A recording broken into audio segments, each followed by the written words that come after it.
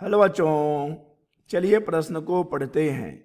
यदि अपवर्ती दूरदर्शी में अभिदिशक तथा नेत्रिका की फोकस दूरी क्रमशः FO व FE हो तब दिए गए विकल्प हैं। ए FO बराबर है FE के, बी FO छोटा है FE से, सी FO बड़ा है FE से, डी कोई भी। चलिए सबसे पहले हम लिख लेते हैं मूल अवधारणा। मूल अवधारणा जिस पर कि यह प्रश्न आधारित है।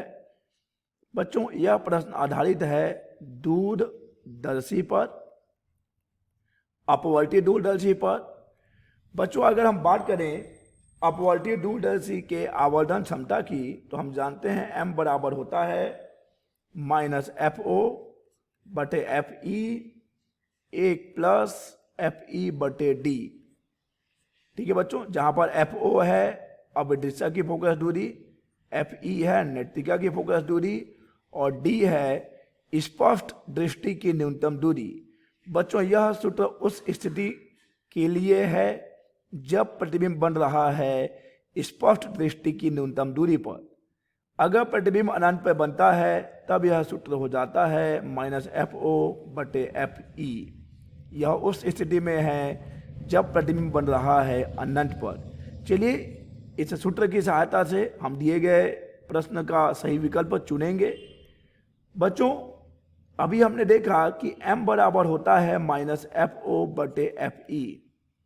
अगर हम बात करें दूरदर्शी के आवर्धन क्षमता की तो m बराबर होता है -FO बटे FE। बच्चों हम दूरदर्शी का उपयोग करते हैं दूर की वस्तुओं को देखने के लिए। तो हम क्या चाहेंगे? हम चाहेंगे कि आवर्धन 1 से बड़ा हो, क्योंकि हम किसी भी वस्तु दूरदर्शी का उपयोग किया है बच्चों। दूरदर्शी का उपयोग है किसी भी वस्तु के प्रतिबिंब को बड़ा करके देखना। तो हम चाहेंगे कि यहाँ पर m का मान बड़ा हो, आवर्धन क्षमता 1 से बड़ा हो। ठीक है बच्चों, तो अगर m का मान बड़ा हो तो यहाँ पर क्या होना चाहिए? FO का मान FE से ज्यादा होना चाहिए। अगर हम चाहते हैं कि आवर्धन क्षमता 1 से ज्यादा हो तो हमें अभिदिशक की फोकस दूरी नेत्रिका की फोकस दूरी से ज्यादा रखनी पड़ेगी, तब तो हमें m का मान 1 से ज्यादा मिलेगा। अतः बच्चों दिए गए प्रश्न का सही विकल्प हो जाएगा सी, FO बड़ा है FE से। अभिदिशक की फोकस दूरी नेत्रिका की फोकस दूरी से अधिक होनी चाहिए। आशा करते हैं बच्चों आपको यह प्रश्न समझ आया होगा। धन्यवाद।